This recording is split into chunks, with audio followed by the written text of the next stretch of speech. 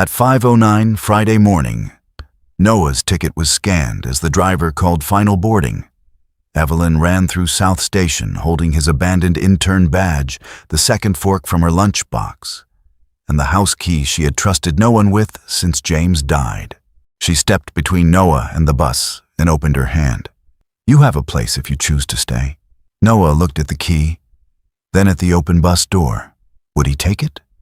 Or step through the open bus door before Evelyn lost someone again? 8 nights earlier, at 1:17 on Thursday morning, Evelyn Brooks heard the security radio crackle against her hip. "Movement on 23, Louise said. "That floor should be empty." Evelyn stopped pushing her cleaning cart. The 23rd floor belonged to the architecture interns, and every employee had left hours ago.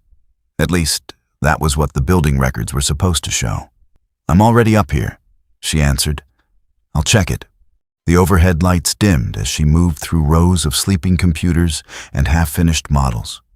Beyond the glass, downtown Boston glittered, close enough to touch and far beyond what many of the people who cleaned it could afford. Near the break room, a vending machine flickered on and off. At first, Evelyn saw only a pair of polished shoes sticking out from behind it. Then Noah Harper slowly stood up. He was the youngest intern in the firm, the one who thanked Evelyn every night when everyone else walked past her. His tie was gone, his shirt was wrinkled. One hand held an empty paper cup. The other was pressed against his stomach.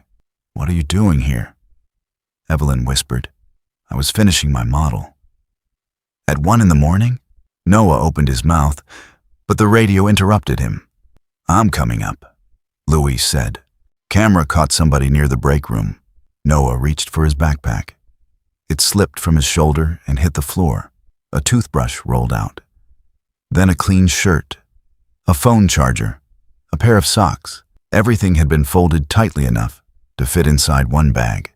Evelyn looked at the backpack, then at Noah. He was not working late. He was living there. "If security finds you, they'll call your supervisor," she said. "I know. You could lose your internship." "I know." The elevator indicator changed from 17 to 18. Evelyn could have reported him. She could have stepped aside, protected her job, and let the building decide what happened next. Instead, she opened the lunchbox she carried every night. Beef stew, rice, cornbread, enough food for more than one person, although Evelyn had lived alone for 18 months. She placed half the meal on the lid and handed it to Noah. "I can't take this," he said. That wasn't a question. The elevator reached 19. Noah sat down on the floor beside the vending machine.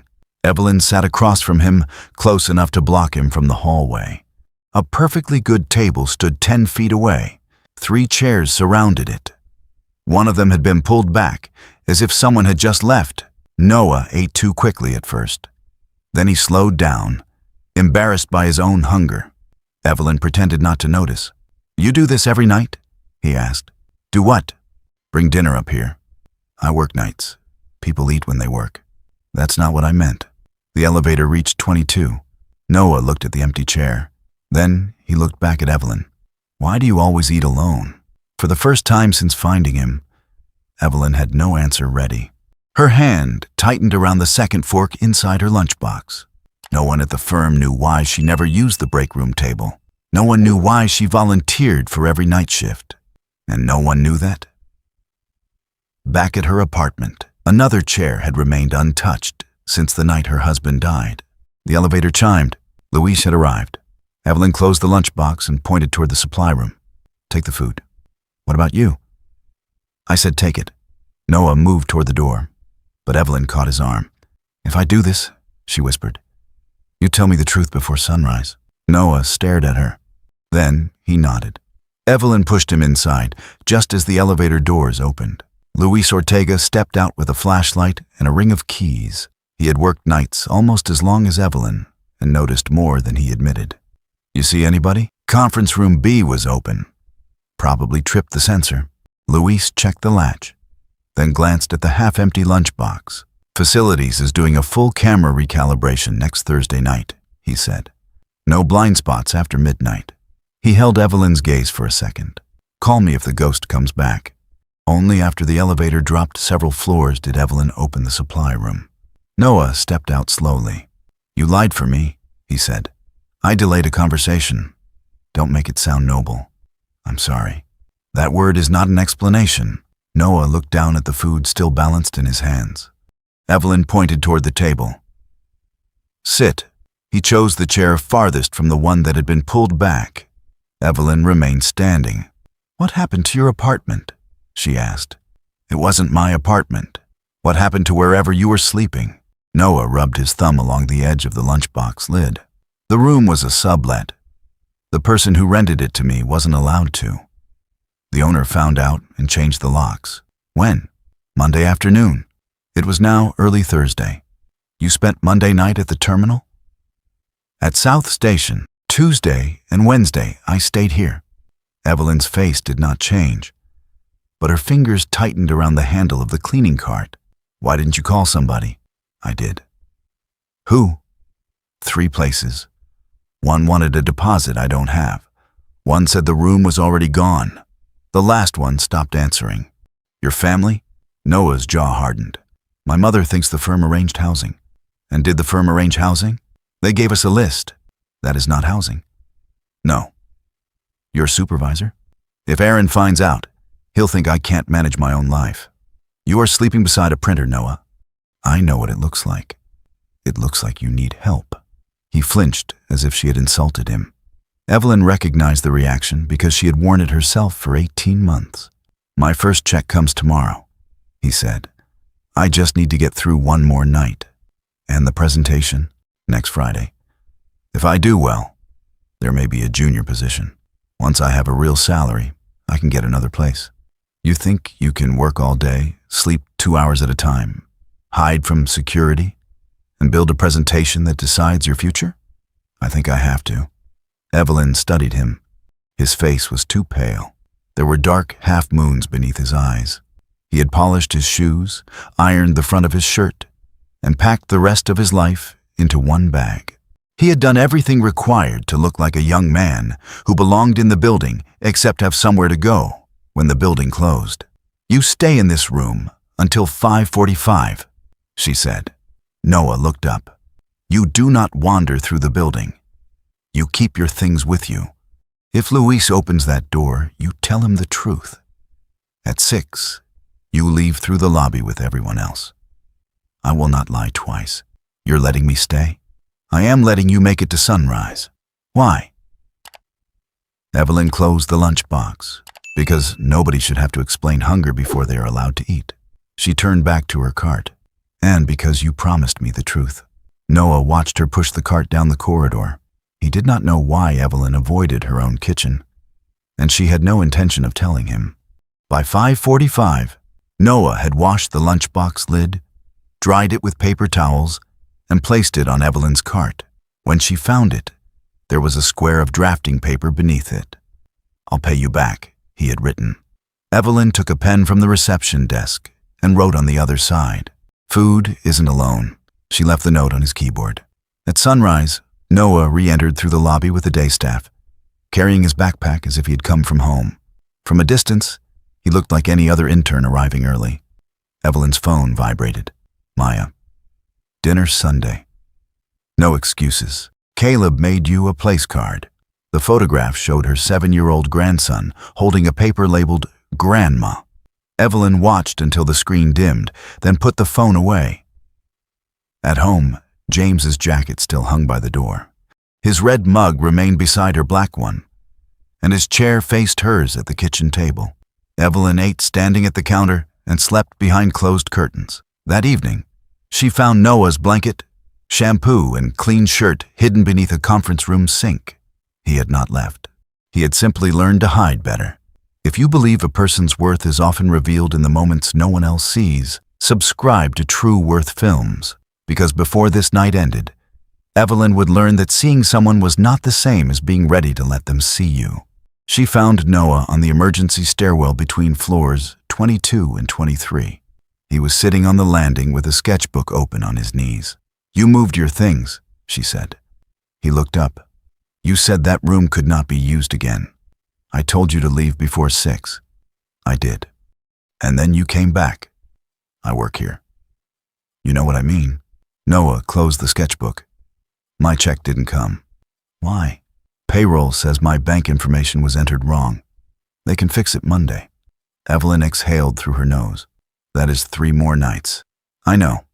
You cannot keep doing this. I know. You say that a lot for someone who keeps doing the same thing. Noah stood. So do you. The words landed between them. Evelyn's eyes narrowed. What is that supposed to mean? Noah glanced toward the lunchbox on her cart. 2 forks rested beneath the handle. Then do not say it. He nodded. Evelyn should have walked away. Instead, she opened the lunchbox. There were 2 chicken sandwiches inside. Noah looked at them, then at her. You calculated wrong again. Sit down before I calculate you out of one. He smiled for the first time. It was small, tired, and gone almost immediately, but Evelyn saw it. And that was how the routine began. Over the following week, they met after 1 in the morning. Evelyn brought food, and Noah waited for her first bite before touching his own. They still sat on the floor instead of using the table. On Friday, payroll confirmed that Noah's corrected deposit would not arrive until Monday. Evelyn did not tell him she had already packed an extra sandwich. That weekend, Noah noticed the broken lunchbox handle wrapped in silver tape. It still carries food, Evelyn said. That is a low standard for engineering. By Sunday night, he had replaced it with a smooth cedar handle made from discarded model wood. You stayed late to fix this? I was already staying late. On Monday, the money finally reached his account. That night, he brought coffee with 1 sugar and no cream, exactly the way Evelyn drank it. You should be saving, she said. I spent $4. You spent $8. The cashier gave me a discount when I said 1 cup was for the woman keeping me alive. That is not funny. But she accepted the coffee. Later, while Evelyn wiped fingerprints from a glass conference room wall, Noah worked on his final model on the other side. It looked like a public building centered around a long table. Why are all your designs full of kitchens? She asked. They are not all kitchens. That one has an oven. It is a community room. People gather where food is. People gather where there are chairs. Noah glanced toward the break room table. Not everybody. Evelyn sprayed the glass again. What is the project? A 24-hour support center for people who work outside normal hours. Nurses, cleaners, drivers, security staff, restaurant workers. Somewhere they can eat, shower, charge a phone, get childcare for a few hours, or sit down without buying something. That sounds expensive. So does pretending those workers do not exist. Evelyn looked more closely. Noah had placed tiny figures around the central table.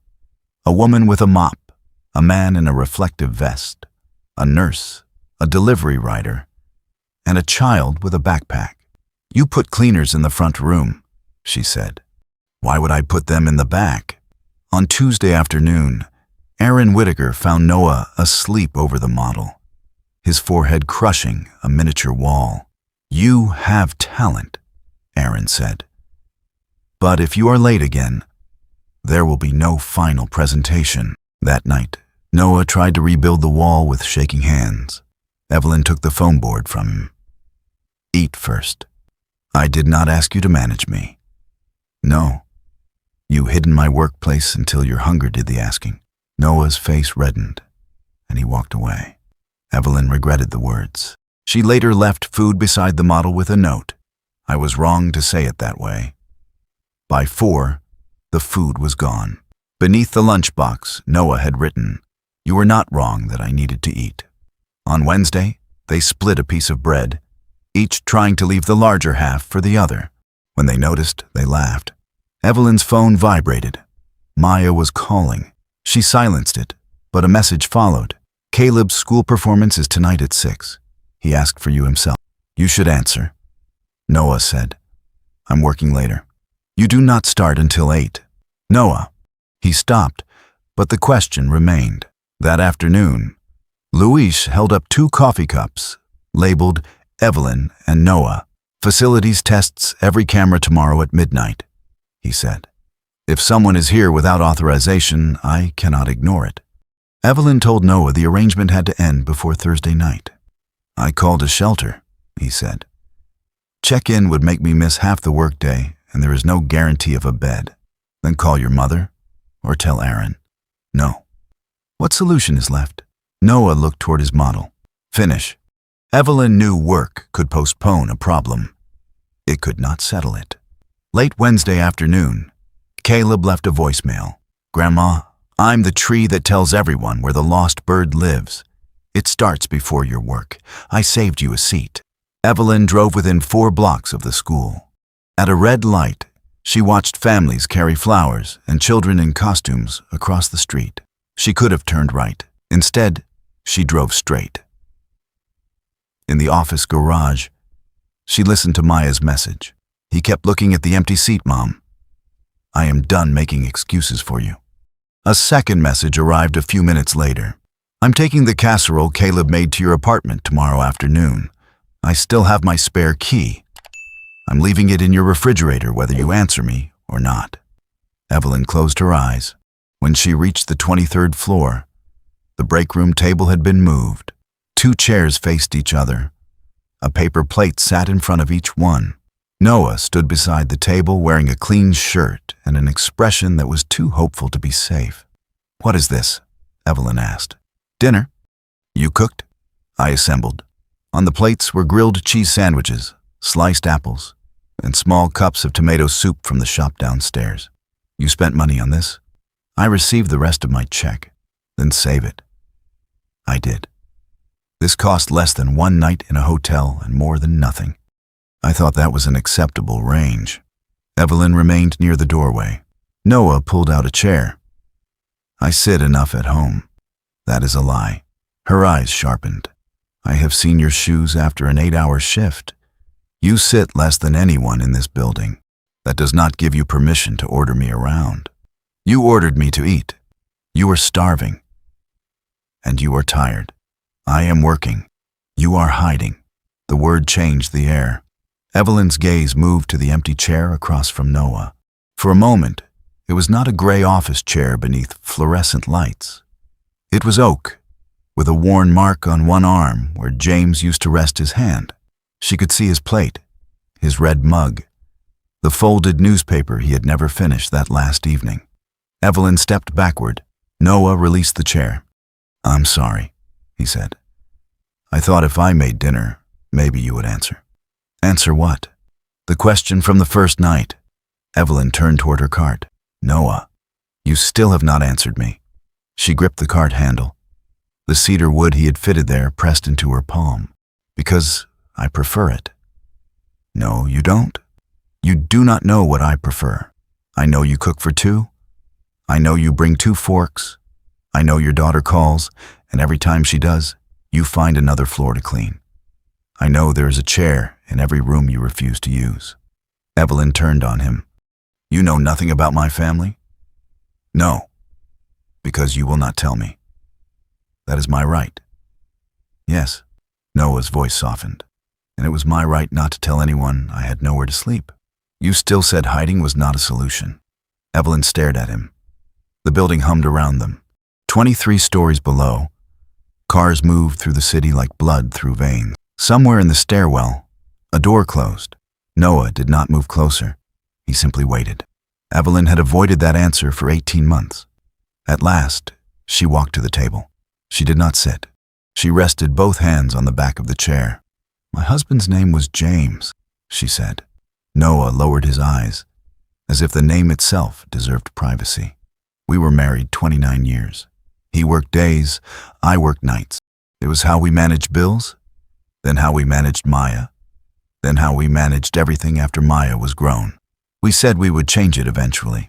Evelyn's fingers tightened around the chair. The last night, he made stew. This stew. She nodded toward the lunchbox. He asked me to call in sick. Not because anything was wrong. He was tired of eating alone. I told him we needed the overtime. He said we needed 1 night at the same table more than we needed another shift. Noah said nothing. We argued. I left. Her voice thinned on the final word. At 11:30 he called. I saw the phone light up while I was cleaning a conference room. I let it ring because I was still angry. At 12:15, Maya called. By the time I got home, the paramedics were there. Noah looked at the empty chair. Heart attack? Evelyn nodded. He died before anyone found him, alone at the table with 2 bowls of stew. For a moment, neither of them spoke. I know leaving for work did not cause his heart to stop, she said. I know ignoring 1 phone call did not kill him. People have explained that to me with very kind voices. But the last thing he asked me to do was sit down, and I chose to leave. Noah's eyes shone, but he did not offer the easy mercy of telling her it was not her fault. Instead, he asked, "Have you sat at that table since?" "No." "With your daughter?" "No." "With anyone?" Evelyn shook her head. "I work nights because home is quiet. I eat here because every chair there belongs to the last conversation we had." Noah looked at the food he had bought. Then he looked at the chair between Evelyn's hands.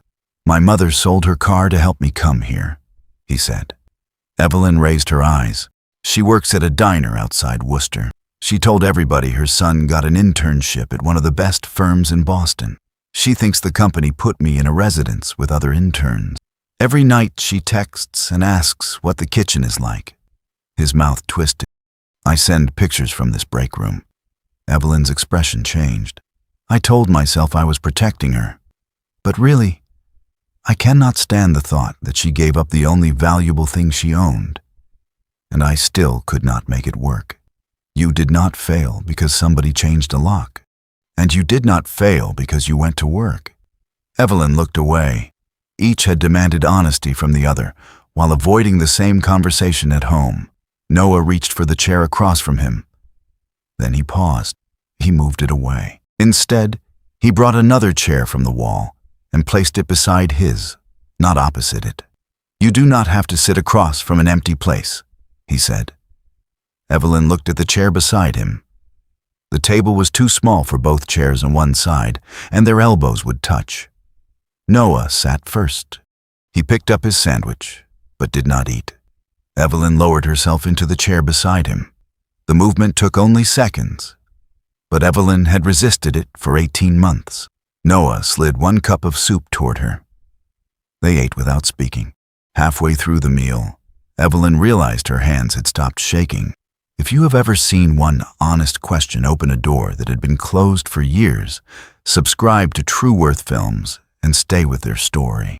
Because sitting down did not solve everything. It gave both of them something real to lose. Noah's phone buzzed on the table. He glanced at the screen. His face went white. "What?" Evelyn asked. He turned the phone toward her. A message from his mother filled the screen. "I got Friday off. Bought the early bus. I'll be there for your presentation." Beneath the message was a photograph of a bus ticket. Arrival, 7:05 a.m. Noah's presentation began at 9. The building cameras would be fully active the following night at midnight.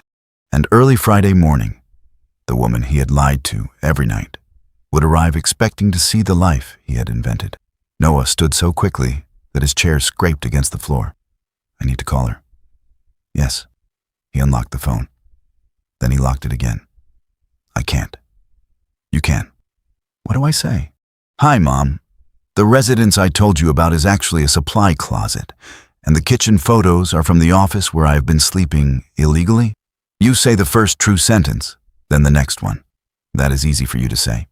Evelyn's expression hardened. Noah immediately regretted it. But fear had made him reckless. "Is it?" he asked. "You tell me to call my mother. But you could not drive 4 blocks to see your grandson tonight."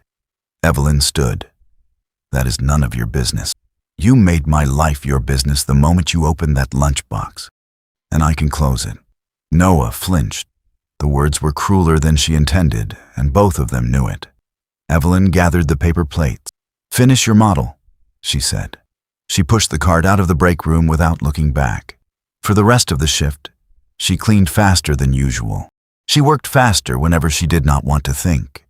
She emptied bins that were already empty, polished brass no one would touch before morning, and scrubbed a coffee stain from the carpet until the fibers began to fray. At 4:30, She found Noah asleep beneath his desk, with his jacket rolled beneath his head. The sight dissolved her anger before she was ready. She covered him with a spare blanket from the cabinet. Then she removed a key from her ring. It was smaller than the office keys, worn smooth around the edges, with a faded strip of red tape near the top. James's key. Evelyn placed it beside Noah's phone with a note containing her address. One shower. One night. You leave before I get home. At the bottom, after a long pause, she added, Do not open the room at the end of the hall. Noah woke at 5:15 and read the note twice. He carried the key in his closed fist as he left the building. Evelyn's apartment was on the 3rd floor of a brick building in Dorchester. The hallway smelled of floor wax and somebody's breakfast bacon. Inside, the apartment was still. Unlike the office, it did not refill with people each morning. Noah set his backpack beside the door. The first thing he saw was the kitchen table. 2 chairs faced each other. One was bare. The other held a folded cardigan, unopened mail, and a grocery bag. As if Evelyn had turned it into storage so it could no longer accuse her of being empty. On the wall hung a photograph of Evelyn and James at a lake. James had one arm around her waist. Evelyn was laughing so hard her eyes were closed. Noah had never seen that version of her. He showered quickly and changed into the clean shirt from his bag. On the way back to the living room, he noticed the door at the end of the hall. Closed. He remembered Evelyn's warning. He did not touch the knob, but beside the door stood a small wooden stool. On it rested a pair of men's work gloves and a red ceramic mug, the same mug James held in the framed photograph beside the front door. He understood that the closed room was where Evelyn had stopped changing anything. Noah returned the mug to the stool exactly as he found it. Before leaving, he washed the cup he had used and placed the house key beneath the photograph by the door. Then he changed his mind. He picked the key up again, not to keep it, to return it to Evelyn's hand. Thursday afternoon, Maya Brooks reached her mother's apartment with Caleb's casserole in one hand and her spare key in the other. Before she could unlock the door, the lock turned from inside. The door opened. Noah stepped into the hallway. For a second, both of them froze. Maya looked at his backpack, his wet hair, and the key in his hand. "Who are you?" she asked. "Noah." "That does not answer the question. I work in the building with Evelyn." "You work with my mother?" "Not exactly." "Then why do you have her house key?" Noah searched for a truthful sentence that did not betray a confidence. "She helped me." Maya looked through the open doorway. The apartment appeared unchanged, but a damp towel hung in the bathroom and a drinking glass stood beside the sink. "Where is she?" "At work. She works at night." Noah closed his eyes for half a second. "I know." Maya's face changed. Maya tightened her grip on the casserole dish. "My mother gave a stranger her key, but she cannot answer my call." "I'm not." "You are standing inside her house." Noah held out the key. "She gave it to me for one shower. I was returning it." Maya did not take it. "What happened to you?" He could have lied. He had become practiced at it. Instead, he said, "I lost my room. I have been sleeping at the office." "And she knew?" "Yes." "For how long?" "A week." Maya looked down at the casserole dish she had brought because her son believed his grandmother might come to dinner if the food was already waiting. "She has eaten with you?" Noah's silence answered. Maya turned away. "Please," he said. She did not replace anyone. Maya stopped. "You do not know enough about my family to tell me what she did." She walked toward the stairs without the key. Noah stood in the doorway, afraid that telling the truth had cost him the room Evelyn had offered. When Evelyn arrived at work that evening, Maya was waiting beside the cleaning cart. The casserole dish sat on the break room table. Luis had allowed her upstairs after she said she was Evelyn's daughter. He had also noticed the tension in her voice and decided not to ask questions. Evelyn stopped when she saw her. "What are you doing here?" That is a strange question from someone who has ignored 11 calls. "I have been sleeping." "You were not sleeping at 6 yesterday." "Maya, I have a shift." "So did you 18 months ago. You have had a shift every time this family asked you to be somewhere since Dad died." Evelyn lowered her voice. "Not here." "Why?" Is this place more private than my kitchen? Noah entered the break room carrying a stack of model pieces. He saw Maya and stopped. Evelyn followed her daughter's gaze. What did you tell her? The truth, Noah said. Maya laughed once, without humor. Apparently, he is the only person in this room trying that. Evelyn turned to her daughter. I gave him a place to shower. That is all. No, you gave him your key. For one morning, you cooked for him. He had not eaten. You sat with him. The accusation was so precise that Evelyn could not answer. Maya's eyes filled, but her voice remained steady. Caleb saved you a seat last night. He kept looking at the door every time it opened. I told him traffic was bad. Then I told him your supervisor would not let you leave early. Then I told him maybe you had the wrong time. I lied to my son because I did not want him to know his grandmother chose not to come.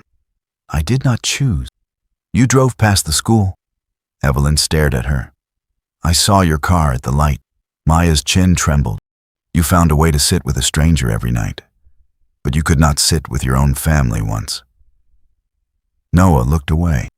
Evelyn's face hardened in self-defense. He needed me. So did we. Evelyn looked down. Maya pushed the casserole dish across the table. Caleb helped make this for you. I was going to leave it at your apartment. Then I found him coming out. She nodded toward Noah. I am not asking you to stop helping him. I am asking why helping him became easier than loving us, where Dad used to be.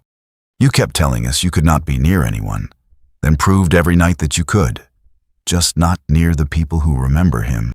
That is not fair. No, it is not.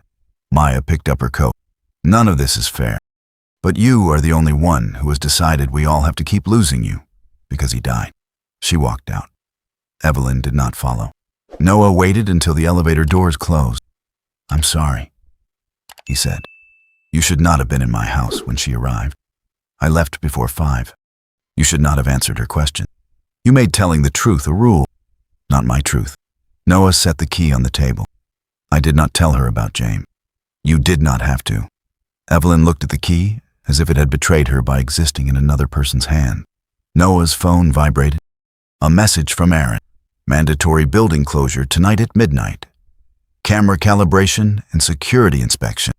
All staff must exit by 11:45 p.m. No exception. By then, Noah had spent 9 nights inside the building, 2 before Evelyn found him, and 7 after she agreed to help. A second message followed. Final presentations remain scheduled for 9:00 a.m. Noah read it aloud. Evelyn sat down without realizing she had done so. The floor that had hidden him would become impossible to use in less than 4 hours. His mother was already preparing to board the early bus. His model was unfinished, and the one person who might have offered him a safe place had just been accused of abandoning her family to care for him. Was Evelyn helping Noah because he needed her? Or because caring for him kept her from facing her own family? Tell us what you think, because Noah was about to make a choice that would force her to answer. You can use my sofa tonight, Evelyn said. Noah shook his head. One night. You leave after the presentation. No, this is not pride. There are no other options. There's always a bus home. You are not leaving before your presentation. Why? So I can stand in front of people and present a building for workers who need somewhere safe at night, while lying to everybody about sleeping under my own desk. You built that project before you lost your room. But now I know what it means. Then tell the truth. To Aaron. To my mother. To everyone. Yes. Noah looked toward the elevator Maya had taken. And what truth are you going to tell? Evelyn did not answer. Noah picked up the key and placed it in her palm. I am not going to be the reason your daughter stops trying. You are not. She thinks I took her place. She's hurt. She is right. Evelyn closed her fingers around the key. No, she is not. You sat with me because I do not remember your husband. I can eat your stew without knowing it was his. I can ask questions your daughter is afraid to ask. I am safe because I only know the version of you that comes to work. Evelyn's eyes filled with anger. You think you understand me because we shared a week of dinner? No. I think I understand hiding because I have been doing it too. The building announcement interrupted them. All personnel must vacate by 11:45 p.m. Security access will be suspended during system testing. Noah looked at the clock. 10:12. He returned to his desk. For the next hour, he worked without speaking. Evelyn cleaned the same corridor twice. At 11:20, Aaron came through the floor checking that the interns had packed their work. He stopped at Noah's desk. "Take the model home. Do not risk leaving anything during calibration." Noah nodded. Aaron studied him. "You look worse than yesterday. I'll be ready at 9. That was not what I said. Noah forced a smile. Aaron did not return it. "At 9, he said at last. By 11:40, the office was empty. Noah placed the model inside a cardboard carrying case. He slid his sketchbook, charger, and folded blanket into his backpack. Evelyn stood beside the car. "My address is still the same," she said. Noah zipped the bag. "I know. Take the key." "No." "One night." "No.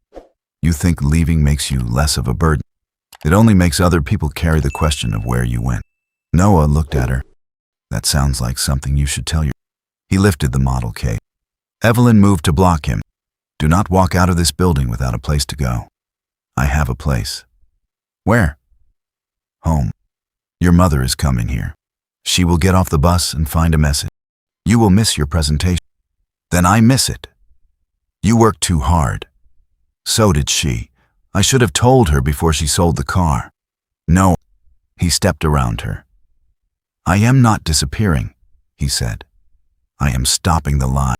The elevator doors closed between them. Evelyn watched the numbers descend.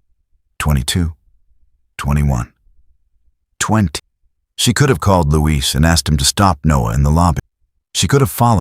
Instead, she told herself he was an adult, that he had made a choice, that respecting a choice was not the same as abandoning someone. The same way she had told herself James understood why she left for work. At midnight Thursday, the cameras came alive. Red lights blinked above every corridor. Evelyn finished the shift alone. At 3:45, she returned to the break room. The casserole dish Maya had brought sat untouched on the table.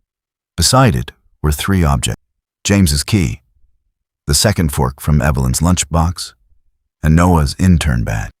His model case and backpack were gone. A folded sheet of drafting paper rested beneath them. Evelyn opened it. "You were right that food is not alone. Neither is a place at someone's table. I do not know how to accept either without trying to earn it first. I am going home before I turn your kindness into another reason for your family to hurt. Please tell Maya I am sorry. Please go to Caleb's next play. Please sit down before every chair in your life becomes a memorial." The 5:10 bus was printed at the bottom of the page. Evelyn looked at the clock. 4:12. She folded the note, placed it in her pocket, and carried the casserole dish to her car. South Station was about 20 minutes away at that hour. She could make it. But she did not start the engine. Her hands rested on the steering wheel. What right did she have to chase him? Noah had chosen to go home. His mother would receive him. He would be safe. Perhaps missing the presentation would be a lesson. Perhaps Maya would calm down once he was gone. Perhaps every problem would shrink if Evelyn simply allowed the night to end. The car clock changed to 4:16. Evelyn looked at the passenger seat. James's key lay beside Noah's note. 18 months earlier, she had sat in this same car after seeing James's call. She had watched the phone ring. She had decided there would be time to answer later. There had not been. Before leaving the garage, Evelyn called Luis and said she had a personal emergency. He told her to clock out and logged that he would cover the remaining floors until the morning crew arrived. Then Evelyn called Maya. Her daughter answered on the 4th ring. "Mom, I need your help." Silent. Evelyn had apologized before. She had explained. She had defended. She had never said those 4 words. "What happened?" Maya asked. "Noah is leaving on the 5:10 bus. And I am afraid if I go alone, I will find a reason to turn around." Maya inhaled slowly. "Where are you?" "In the garage." "I'll meet you downstairs in 10 minutes." After everything Evelyn had refused, Maya still came. At 4:31, Maya climbed into the passenger seat wearing sweatpants, a winter coat, and no makeup. She placed the casserole dish on her lap. "You brought that?" Evelyn asked. "He has not eaten since yesterday, has he?" Evelyn shook her head. Maya fastened her seatbelt. "Drive." Evelyn pulled out of the garage. The streets were nearly empty, but night workers already waited at bus stops. The people Noah had placed in his model. At the terminal, Noah stood in line beneath the glowing sign for Worcester. His model case rested beside his leg. His backpack hung from one shoulder.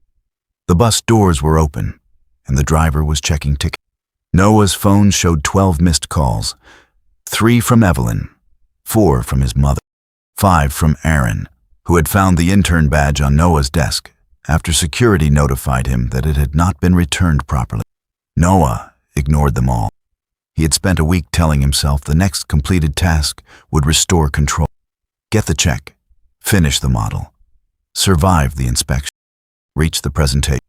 Now the presentation case stood beside him, and he felt no closer to being someone his mother could be proud of. The line moved. 6 people remained ahead of him, then 4, then 2. The driver held out his hand. Noah gave him the ticket. "Noah." He turned. Evelyn stood near the entrance, breathing hard.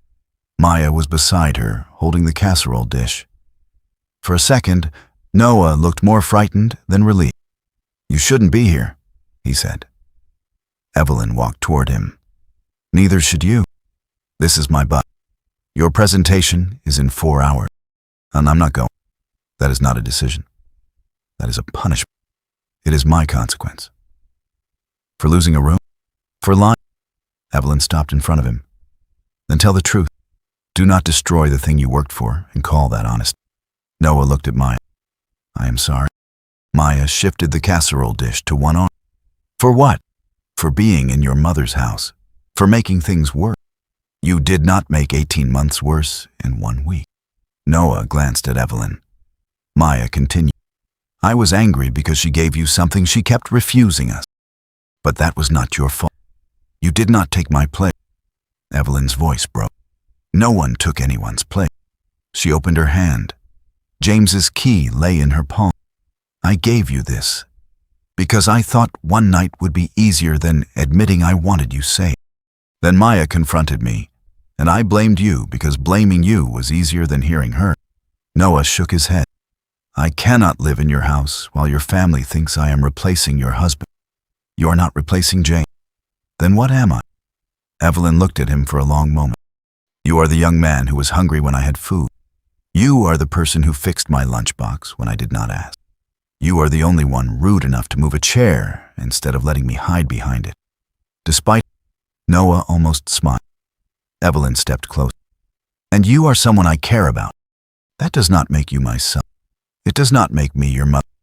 It makes you someone who has a place in my life if you choose to stay." The bus driver called for final board. Noah looked toward the door. Evelyn held out the key. "This is not charity," she said. "The room is temporary. You will help with groceries when you're paid. You will clean your own bathroom because I already clean enough bathrooms. You will tell your mother the truth before she reaches Boston, and you will stop deciding for other people when you have become too much for them." Noah's eyes filled. Maya lifted the casserole dish. "There is also breakfast, but that part is free." Noah looked at the model case beside his leg, then at the 2 women waiting without pretending his choice did not matter. He took the key. The driver closed the door. The bus pulled away without him. Noah immediately called his mother. She answered before the first ring finished. "Noah, where are you? I have been calling for an hour." He looked at Evelyn. She nodded once. Noah began with the first true sentence. "Mom, I lost my room last week." There was a pause. Then he told her the next sentence. "And I have been sleeping at the office." Helen did not speak for several seconds. Noah closed his eyes. "I'm sorry," he said. "You sold the car. You told everyone I was doing well. I thought you knew." "Knew what?" "That I could not even keep a place to sleep." Her voice shook. "Why did you think I would rather be proud than know where my son was sleeping?" Noah sat down on a terminal bench. The question made clear that Helen's sacrifice had been for Noah, not for the story of his success. "I don't know," he whispered. "Yes, you do. You got that foolishness from me." Noah let out a broken laugh. Helen continued, "I am already on the bus. I will arrive at 7:05. You will meet me. Then you will eat something. Then you will make that presentation. After that, we will decide what comes next with all the facts in the room." "Yes, ma'am." "And Noah?" "Yes." "Give the phone to the woman who fed you." Evelyn tried to refuse, but Noah placed the phone in her hand. "Mrs. Brooks?" Helen said. "Evelyn, I do not know how to thank you." "You do not owe me thanks. My son says that when he owes someone more than he can repay." Evelyn looked at Noah. "So does his mother, apparently." Helen laughed softly. "I would like to meet you."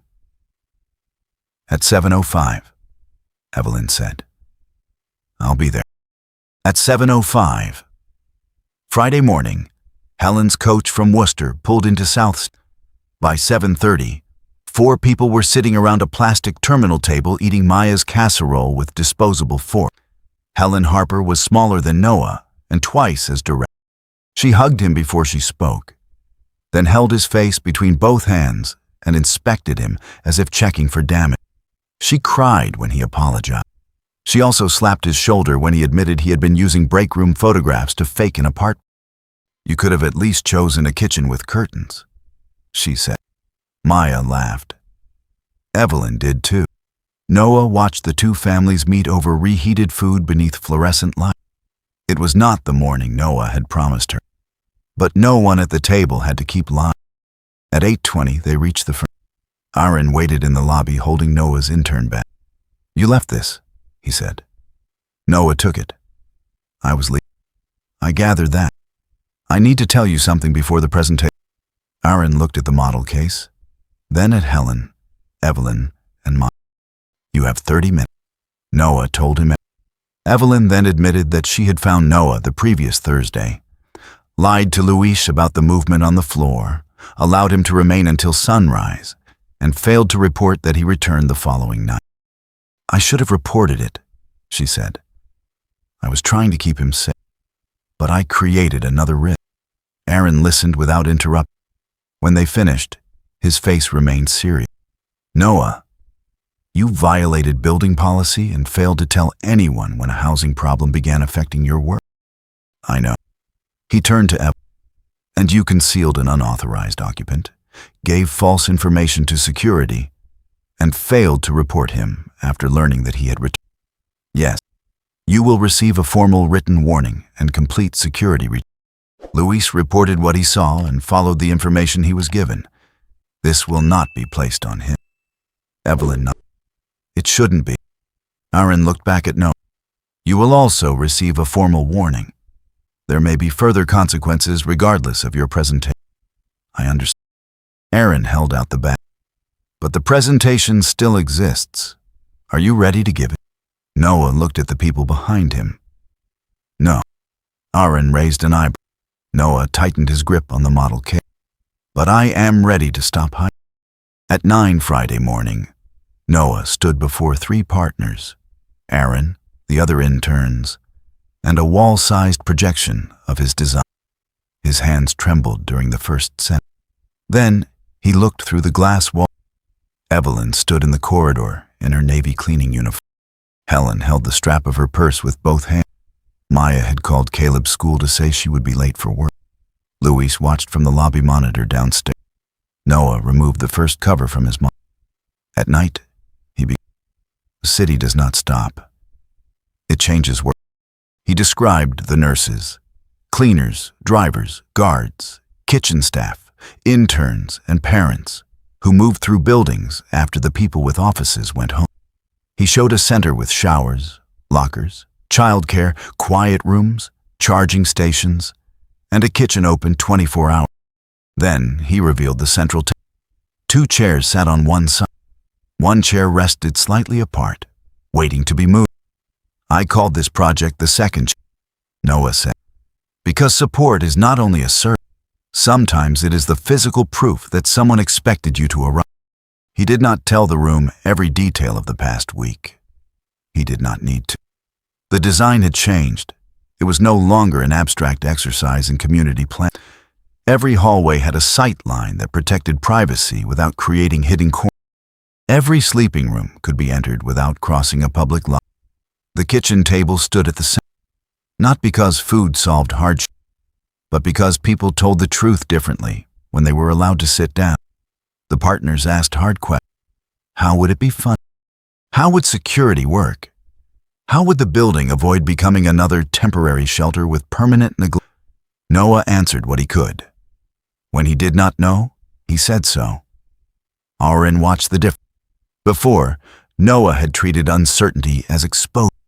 Now he treated it as work still to be done. After the presentation, the partners asked everyone to leave the room. Noah waited in the corridor. Helen took his hand. Evelyn stood near the same vending machine where she had found it. The chair beside it was empty. This time she pulled it closer and Noah sat beside her. "You think I ruined it?" he asked. "I think you told the truth and showed your work." That was not the question. No, but it is the answer you get. Aaron emerged 10 minutes later. "The partners want to speak with you Monday about a junior design position," he said. Noah stared at him. Aaron raised one hand. "That is not a reward for sleeping in the office. Your portfolio earned the conversation, and your performance today kept it alive." Noah nodded quickly. "The warning still stands," Aaron continued. "The firm is also reviewing its intern housing process. A list of unverified rentals is not meaningful support. That failure does not excuse what happened, but it belongs in the review."